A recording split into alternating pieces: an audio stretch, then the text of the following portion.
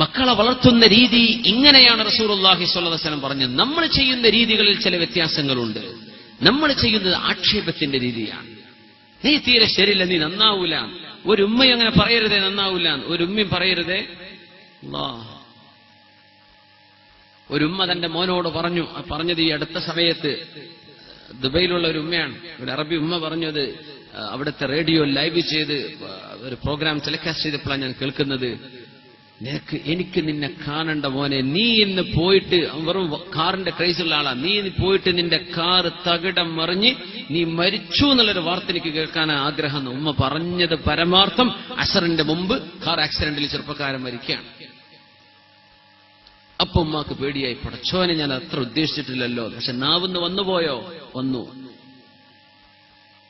ഇന്ന ലില്ലാഹി സഅതൻ ലാ യുവാഫിഖുഹാ അബ്ദുൻ മുഅ്മിനുൻ ഇല്ലാ അഅതാഹ്. ചില സമയങ്ങളുണ്ട്, ആ സമയത്തേക്ക് നിങ്ങളുടെ ചോദ്യങ്ങൾ യോജിച്ചു വന്നാൽ അല്ലാഹു ഇത് നൽകിയിരിക്കും. ഒരിക്കലും മക്കളെ കുറ്റം പറയരുത്. മക്കളെ എത്ര കള്ളുകുടിച്ച് നടക്കുന്ന മകനാണെങ്കിലും ശാപം ചെയ്യരുത്. പടച്ചോൻ എന്റെ കുട്ടിയെ നന്നാക്കണേ റബ്ബേ, ഇത് പറയേണ്ടവരാ ഉമ്മയും വാപ്പയും. ഒരു പഴിച്ചു പോകാൻ ഒരു കൂട്ടുകാർ കാരണമായിട്ടുണ്ടാവും. ഒരു പഠിച്ച സ്കൂളുകളോ കോളേജുകളോ ക്യാമ്പസുകളോ ഹോസ്റ്റലുകളോ കാരണമായിട്ടുണ്ടാവും. ആ കാരണം നമുക്ക് മെല്ലെ മെല്ലെ അവരെ പിടിച്ചു കൊണ്ടുവരാൻ സമയമെടുത്തെന്ന് വരും. നമ്മളവരെ ശപിക്കല്ലിൻ, അവർക്ക് ഹിദായത്തിന് വേണ്ടി ദുആ ചെയ്യണമെന്ന ശാപത്തിന്റെ വഴി നമ്മൾ സ്വീകരിക്കുന്നുണ്ട്. ശരിയല്ല. പിന്നെ നമ്മൾ ഉപദേശം കൊടുക്കും, അതിന്റെ ഉള്ളിൽ ഭീഷണിയും വരും. അല്ലെ, ഇനി എങ്ങാനിത് ചെയ്താൽ നിന്നെ വീട്ടിൽ നിന്ന് ഞാൻ പുറത്താക്കും കേട്ടോ. ഇപ്പൊ കുട്ടി പറയുന്നത് എന്നോ പുറത്താക്കിയാൽ മതിയായിരുന്നു, ഞാൻ പതിനാ നടക്കണത്. അപ്പൊ ആ പറഞ്ഞത് നടക്കൂല. ഈ ഭീഷണിയുടെ ഉപദേശവും ശരിയല്ല. പിന്നെ വെറും ഭീഷണി, ഇല്ലെങ്കിൽ കയ്യും കാലം മുറിക്കും, അതൊന്നും പറയാൻ പാടില്ല. തഹ്ദീദ് ചെയ്യുക, ത്രട്ടനിങ്, ഇത് ചെയ്യരുത്. പിന്നെ കൽപ്പനകൾ മാത്രമാണ്, നമുക്കത് അറിയുള്ളൂ. ചെയ്യ്, ഇരിക്ക്, നടക്ക്, കുടിക്ക്, ഉറങ്ങ്. അമ്രുകൾ, ഈ കൽപ്പനകൾ മനുഷ്യന് പോലും കേൾക്കാൻ പ്രയാസമാണ്. അതുകൊണ്ട് ഖുർആനിൽ നിയമങ്ങളുണ്ട്, കൽപ്പനകളുണ്ട്, അള്ളാഹുവിന്റെ അമ്രുമുണ്ട്, നഹിയുമുണ്ട്. പക്ഷെ അതുകൊണ്ട് ഖുർആൻ എല്ലാ സൂറത്തിന്റെയും തുടക്കത്തിൽ എന്ത് വെച്ചത്? ബിസ്മില്ലാഹിർ റഹ്മാനിർ റഹീം, ബിസ്മില്ലാഹിർ റഹ്മാനിർ റഹീം. അത് ഖുർആനിൽ ഇപ്പൊ ഉണ്ടോ ഇല്ലേ എന്ന് അറിയാത്ത കൊലത്തിലങ്ങനെ ചില ആൾക്കാരുടെ പണികളും നിസ്കാരമൊക്കെ കാണുമ്പോ അതില്ലല്ലോ, അത് ബിസ്മിയൊന്നും ഇല്ല. സുബ്ഹാനല്ലാഹ്, ബിസ്മി ഇല്ലെങ്കിൽ ഖുർആനിൽ രേഖപ്പെടുത്തുവോ?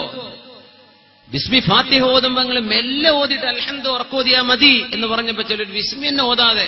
പൊന്നു സഹോദര, അത് ഓതിയാ വല്ല നഷ്ടപ്പെടാണ്ടോ? നിന്റെ കുറച്ച് വോയിസ് അല്ലേ പോവുള്ളൂ, അള്ളാന്റെ കലാമല്ലേ, അത് ആയത്തല്ലേ അത് ഓതാതെ പോയി ഖുർആനിന്റെ പിന്നെ അച്ചടിക്കുമ്പോ ചിലർ ഇത് നമ്മൾ കേൾക്കാറില്ലല്ലോ മൂലയിൽ ഓതുന്നത്, എന്നാ പിന്നെ ബിസ്മി വേണ്ടാന്ന് വെക്കൂലേ? അള്ളാന്റെ കലാമിന്റെ തുടക്കല്ലേ അത്, സൂറത്തിന്റെ ആരംഭങ്ങളല്ലേ ബിസ്മി. ബിസ്മില്ലാഹിർ റഹ്മാനിർ റഹീം, കാരുണ്യവാനും കരുണാനിധിയുമായ അള്ളാഹുവിന്റെ നാമത്തിൽ ഞാൻ ആരംഭിക്കുകയാണ്. അസ്സാനിയതു വസ്സാനി ഫജ്ലിദു കുല്ല വാഹിദിൻ മിൻഹുമാ മിഅത ജൽദ. വ്യഭിചരിക്കുന്ന ആണും പെണ്ണും കല്യാണം കഴിച്ചിട്ടില്ലെങ്കിൽ രണ്ടുപേരെയും 100 വീതം അടിക്കുകയും 1 വർഷത്തേക്ക് നാടുകടത്തുകയും ചെയ്യണം. ഖുർആൻ തുടങ്ങുകയാണ് ബിസ്മില്ലാഹിർ റഹ്മാനിർ റഹീം, കാരുണ്യവാന്റെ നാമത്തിൽ ഞാൻ ആരംഭിക്കുകയാണ്. എന്തിനാണ് ഈ ബിസ്മി വെച്ചതെന്നറിയോ? വ്യഭിചരിച്ചാൽ അടിയാണെന്നും വ്യഭിചരിച്ചാൽ വിവാഹം ചെയ്ത മനുഷ്യനെ എറിഞ്ഞു കൊല്ലുന്ന വധശിക്ഷയാണെന്നും അള്ളാഹുവിന്റെ നിയമം ഒറ്റടിക്ക് പറഞ്ഞാൽ ഒരു പ്രയാസം വരും. കൽപ്പന നേരെ ഡയറക്റ്റ് കൽപ്പിച്ചാൽ ഒരു പ്രയാസം വരും. അതിനല്ലാഹു മനുഷ്യന്റെ മനസ്സിനെ പാകപ്പെടുത്തിയെടുക്കുകയാണ്. ഇത് കാരുണ്യവാൻ ചെയ്യുന്ന നിയമമാണ്. ഇത് എന്നോട് കരുണയുള്ളത് കൊണ്ട് അല്ലാഹു പറയുകയാണ്, എന്റെ ശരീരത്തിലേക്ക് എയ്ഡ്സ് പോലെയുള്ള മാരകമായ രോഗങ്ങൾ വരാതിരിക്കാൻ, സജ്ജനങ്ങളായ ആളുകൾ എന്നെ വെറുക്കാതിരിക്കാൻ, അള്ളാന്റെ ശിക്ഷ എനിക്ക് വരാതിരിക്കാൻ കാരുണ്യവാൻ എന്നോട് പറഞ്ഞു തരികയാണിത്. അപ്പൊ മനസ്സിന് സമാധാനമായി.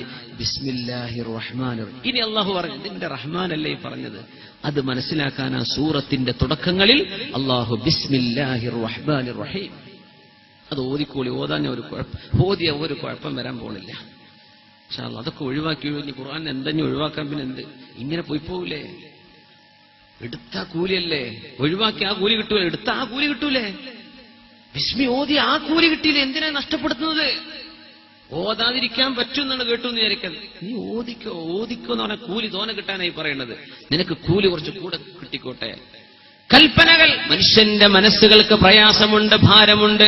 അതുകൊണ്ട് അല്ലാഹുവിന്റെ വചനങ്ങൾ ആരംഭിക്കുന്നത് ബിസ്മില്ലാഹിർ റഹ്മാനിർ റഹീം.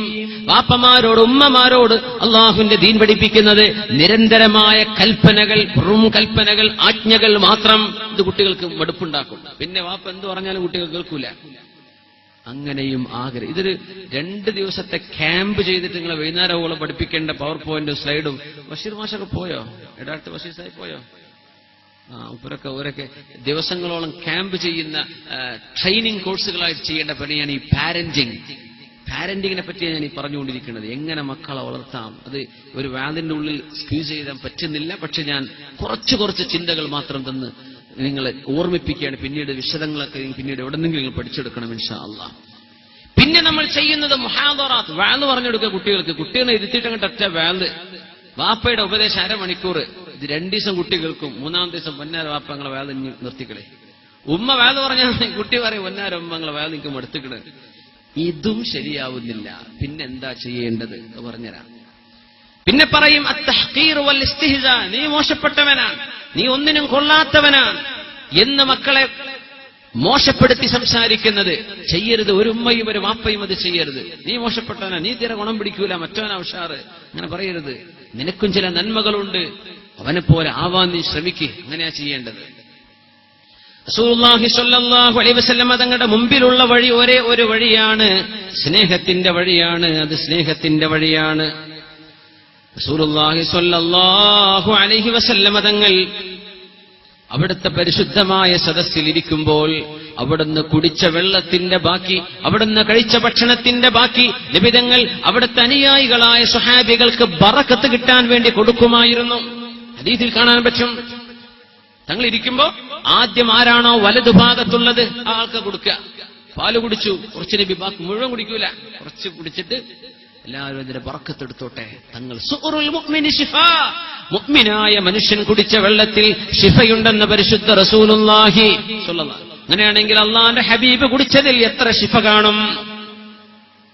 നമ്മൾ പറയില്ല, ചില തങ്ങന്മാർ സയ്യിദന്മാർ ഒരു മന്ത്രി ചൂതിയാൽ ശിഫ കിട്ടി. യാ അല്ലാഹ്, കുമ്പോൾ തങ്ങളത്തൊക്കെ എത്രയാ തിരക്ക്.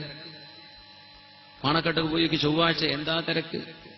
ഏത് സയ്യിദന്മാരും നാടൊട്ടാകെ തിരക്കാണ് ദുആ ചെയ്യിപ്പിക്കാൻ. ഒന്ന് മന്ത്രി ചോദിപ്പി ഒരു ശിഫായിന് വേണ്ടി ദുആ ചെയ്യാൻ, ഖുർആൻ കൊണ്ട് ചികിത്സിക്കാൻ, ശിഫയ്ക്ക് വേണ്ടി ഓടുകയാണ് മനുഷ്യന്മാർ. ഫലം കിട്ടുന്നുണ്ട്. ഈ ഫലക്ക് എവിടുന്ന് കിട്ടിയതാ? ആരിൽ നിന്ന് കിട്ടിയതാണ് ഈ മഹത്വം സയ്യിദന്മാർക്ക്? ഇവരുടെയൊക്കെ വല്ലിപ്പയായ അഷ്റഫുൽ ഖൽഖ് സ്വല്ലല്ലാഹു അലൈഹി വസല്ലം. അപ്പൊ നബി തങ്ങളുടെ പവർ എത്രയാ? നബി തങ്ങളുടെ പേരക്കുട്ടികളുടെ 10, 18, 20 തലമുറക്കപ്പുറമുള്ള ആളിൽ നിന്നാണ് അല്ലാഹു തആല ബറക്കത്തും ശിഫാവും കൊടുക്കുന്നത്. ഇവർക്ക് കിട്ടിയത് എവിടെന്നാ? അള്ളാഹുവിന്റെ റസൂലെന്നാ. റസൂലുള്ളാഹിന്റെ ഫضൽ എത്രയാണെന്ന് ചിന്തിച്ചിട്ടുണ്ടോ നിങ്ങൾ? നബി തങ്ങളുടെ മഹത്വം എന്തായിരിക്കും? അപ്പോ തങ്ങളുടെ മഹത്വം എന്തായിരിക്കും? നമ്മളെ നാട്ടിലെ തങ്ങൾക്ക് അല്ലാഹു തആല ദുആയിൽ ഉത്തരം കൊടുക്കുന്ന ആളുകളില്ലേ? ഉടനടി ഇൻസ്റ്റന്റ്ലി ചോദിച്ച അപ്പ കിട്ടി, നാവ് കൊണ്ട് പറഞ്ഞാൽ അത് ഫലിച്ചു. അതൊക്കെ എവിടുന്ന് കിട്ടിയതാ? അള്ളാന്റെ റസൂലിന്റെ ചോര ശരീരത്തിൽ എവിടെയോ ഓടുന്നുണ്ട്. ആ കുടുംബത്തിന്റെ ചോരയാണ്. അഷ്റഫുൽ ഖൽഖിന്റെ പുണ്യമാണ്, തങ്ങളുടെ മഹത്വമാണ് കാണിച്ചിരുന്നത് അവിടുത്തെ തമ്പുരാൻ. നമ്മൾ തങ്ങളെ കണ്ടില്ല, അവിടുത്തെ ചോരയോടുന്ന ചില ശരീരങ്ങളെ കാണിച്ചു തരികയാണ്. എന്റെ ഹബീബിന്റെ മഹത്വം നിങ്ങൾ മനസ്സിലാക്കിക്കോളൂ. അള്ളാഹ് കൊടുത്തതാണ്, അള്ളാഹ് കൊടുത്തതല്ലേ. ഹബീബായ സ്വല്ലല്ലാഹു അലൈഹി വസല്ലം തങ്ങൾ കുടിക്കുന്ന വെള്ളം വലതുഭാഗത്തുള്ള ആളുകൾക്ക് കൊടുക്കുമായിരുന്നു. അങ്ങനെ ഒരു സദസ്സിലിരിക്കുമ്പോ മഹാന്മാരായ വലിയ വലിയ സ്വഹാബിമാരിരിക്കുന്ന സദസ്സ്, തങ്ങളുടെ തൊട്ടരികത്തിരിക്കുന്ന ചെറിയ കുട്ടിയാണ്. ഒരു കുട്ടിയായിരിക്കുന്നത്. കുട്ടി അവിടെ വന്നിരുന്നു. ആ സദസ്സിലുണ്ട് അബൂബക്കർ സിദ്ദീഖ് റളിയല്ലാഹു അൻഹു. ആ സദസ്സിലുണ്ട് സഅദ് ഇബ്നു അബീ വഖാസ് റളിയല്ലാഹു അൻഹു. ആ സദസ്സിലുണ്ട് മുആദ് ഇബ്നു ജബൽ റളിയല്ലാഹു അൻഹു. ആ സദസ്സിലുണ്ട് അബൂ ഉബൈദത്ത് ഇബ്നുൽ ജറാഹ് റളിയല്ലാഹു അൻഹു. കാലാവസ്ഥയാണെങ്കിലോ നല്ല ചൂടും, വെള്ളം കുടിക്കാൻ ദാഹിക്കുന്ന സമയം. നബി തങ്ങൾ വെള്ളം കുടിച്ചു. ആ വെള്ളം തൊട്ടരികത്തുള്ള ഇരിക്കുന്ന കുട്ടിക്ക് കൊടുക്കണോ അല്ല മഹാന്മാരായ സ്വഹാബത്തിന് കൊടുക്കണോ? തങ്ങളുടെ മര്യാദ നോക്കണം. അല്ലാഹുവിന്റെ ഹബീബ് സ്വല്ലല്ലാഹു. തങ്ങൾ ഭയങ്കരല്ലേ. നമ്മൾ പറയും, തങ്ങൾ പറഞ്ഞിട്ടുണ്ട്, ഹദീസുണ്ട്, ആരും എനിക്ക് വേണ്ടി എഴുന്നേറ്റ് നിൽക്കരുത്. അപ്പൊ എല്ലാവരും തീരുമാനിച്ചു, പൊന്നാര മക്കളെ, നമ്മൾ ഉസ്താദ്മാരും തങ്ങന്മാരും വരുമ്പോൾ നെയ്ച്ചെന്നൊക്കെ വാത്തിലാട്ടോ, ആ ഹദീസ് നമുക്ക് ഒരു പറഞ്ഞു തന്നിട്ടില്ല അല്ലേ, സമസ്തന്റെ ആലിമികൾ പറഞ്ഞു തന്നിട്ടില്ല എന്ന് പോലെ കുറ്റം പറയണ്ടെങ്കിൽ എന്തേ പറഞ്ഞതെന്നറിയോ? നബി തങ്ങളത് പറയും, അത് തങ്ങളുടെ ഏറ്റവും മഹത്തരമായ സ്വഭാവശുദ്ധിയാണത്. എനിക്ക് വേണ്ടി നിങ്ങൾ എഴുന്നേൽക്കണ്ട. സ്വഹാബികൾ എന്താ ചെയ്തത്? നബിയെ പറഞ്ഞിട്ട് എല്ലാവരും ഇങ്ങനെ ഇരിക്കണോ, ബിംബം പോലെ ഇരുന്നു, അനങ്ങണ്ട, ബഹുമാനിക്കണ്ട, അങ്ങനെയാണോ സ്വഹാബത്ത് ചെയ്തത്? അവരെന്ത് ചെയ്തു? അത് ഈ പറഞ്ഞ ഹദീസ് കിട്ടിയിട്ടില്ല. അതിനാണ് ആലിമീങ്ങൾ പറഞ്ഞുതരാ, സ്വഹാബത്ത് എഴുന്നേറ്റ് നിന്നിട്ടുണ്ട്.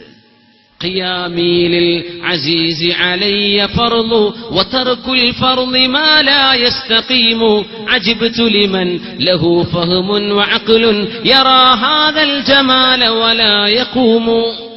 എങ്ങനെയാണ് ഈ സ്നേഹത്തിന്റെ കേദാരത്തെ കാണുമ്പോ, ഈ സൗന്ദര്യത്തിന്റെ ചമൽക്കാരത്തിന്റെ മൂർത്തി രൂപത്തെ കാണുമ്പോ, എങ്ങനെയാണ് ഈ സൗന്ദര്യത്തിന്റെ ലാവണ്യത്തിന്റെ എല്ലാ പെരുമയും എന്റെ മുമ്പിലൂടെ വരുമ്പോ ഞാൻ എങ്ങനെയാണ് എഴുന്നേറ്റ് നിൽക്കാതിരിക്കുക എന്ന് മഹാനായ സ്വഹാബി ഹസ്സാൻ ഇബ്നു സാബിത്ത് റളിയല്ലാഹു അൻഹു പാട്ടുപാടിയിട്ടുണ്ട്. നബിയെ നിങ്ങൾ പറഞ്ഞിട്ടുണ്ട് എഴുന്നേൽക്കണ്ട, ഞങ്ങൾക്ക് എഴുന്നേൽക്കാതിരിക്കാൻ പറ്റൂല നബിയെ. അങ്ങനെയാണ് സയ്യിദന്മാരും ഉസ്താദ്മാരുടെ കൈ മുത്തിക്കോന്ന് പറയാൻ പാടില്ല. കൈ മുത്തുകയാണെങ്കിൽ പോലും കൈ വലിക്കുന്ന, എന്തേ മുത്തപ്പെടുമ്പോ ഞാൻ പുണ്യവാളനാണോ എന്ന് തോന്നിപ്പോകുക. പടച്ചോനെ, കിബർ അഹങ്കാരം വരുമോ? നമ്മളോട് പറഞ്ഞെന്താ, നിങ്ങളത് ചെയ്തേക്കണം എന്നാണ്. സഅദ് തങ്ങൾ ഉമർ തങ്ങളുടെ കൈ പിടിച്ച് മുത്തിയിട്ടുണ്ട്. ഉമർ ഇബ്നു ഖത്താബ് തങ്ങളുടെ കൈ പിടിച്ച് മുത്തിയിട്ടുണ്ട്. ഉമർ തങ്ങളാണോ? അല്ല, അല്ലാഹുവിന്റെ റസൂലിന്റെ സ്വഹാബിയ.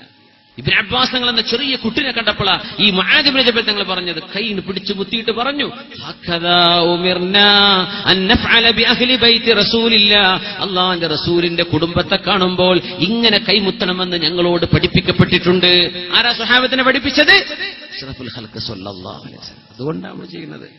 നമുക്കത് പുണ്യമാ. കൈ മുത്തപ്പെടുന്ന ആളുകൾ പേടിക്കണം, അഹങ്കാരം കടന്നു പോകരുത്. അതാണ് വിഷയം. ഹബീബായ തങ്ങളുടെ മുമ്പിൽ ഈ സ്വഹാബിമാരൊക്കെ ഇരിക്കുമ്പോൾ കൊച്ചുകുട്ടിയാണ് വലതു ഭാഗത്തുള്ളത്. തങ്ങൾ ചോദിച്ചു, തങ്ങളുടെ മര്യാദ നോക്കണം, തങ്ങൾക്ക് ചോദിക്കേണ്ട ആവശ്യമുണ്ടോ? കുട്ടി, നിങ്ങൾ സമ്മതം തരികയാണെങ്കിൽ ഈ മുതിർന്ന ആളുകൾക്ക് ഞാൻ ആദ്യം കൊടുത്തോട്ടെ, നിങ്ങൾ സമ്മതം തരുമോ? നിങ്ങൾ സമ്മതം തരും, ഞാൻ കൊടുത്തോട്ടെ. കുട്ടി പറഞ്ഞില്ല, പറ്റൂല നബിയേ, പറ്റൂല നബിയേ.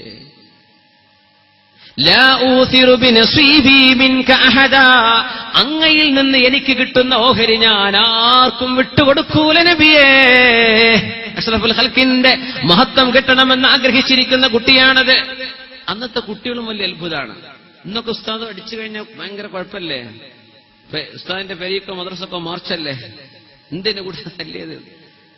മാലിക് ഇബ്നു അനസ് റളിയല്ലാഹു അൻഹു അന്നൊരു കുട്ടിനെ തല്ലി, മദീനത്തെ കുട്ടിയെ. മദീന ഒരു പഠിക്കാൻ വന്ന കുട്ടി നിരന്തരം നേരം വൈകി വന്നപ്പോൾ ബഹുമാനപ്പെട്ടവർ ഒരു കൊച്ചു വടി കൊണ്ട് അടിച്ചു. ആര്? മാലിക്കി മദ്ഹബിന്റെ ഇമാം. ലോകം കണ്ട, മദീന കണ്ട ഫത്വ നൽകാൻ മാലിക് തങ്ങൾ ജീവിച്ചിരിക്കുമ്പോൾ ഒരാളും ലോകത്ത് ഫത്വ കൊടുക്കാൻ പാടില്ലെന്ന് പറഞ്ഞ ഇമാം ദാരുൽ ഹിജ്റ മാലിക് ഇബ്നു അനസ് റളിയല്ലാഹു അൻഹു.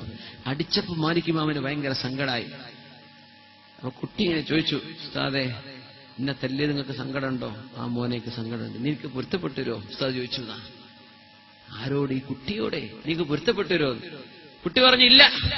അല്ലാ, കുട്ടി, ഞാൻ എന്താ നിങ്ങൾക്ക് ചെയ്തു തരേണ്ടത്?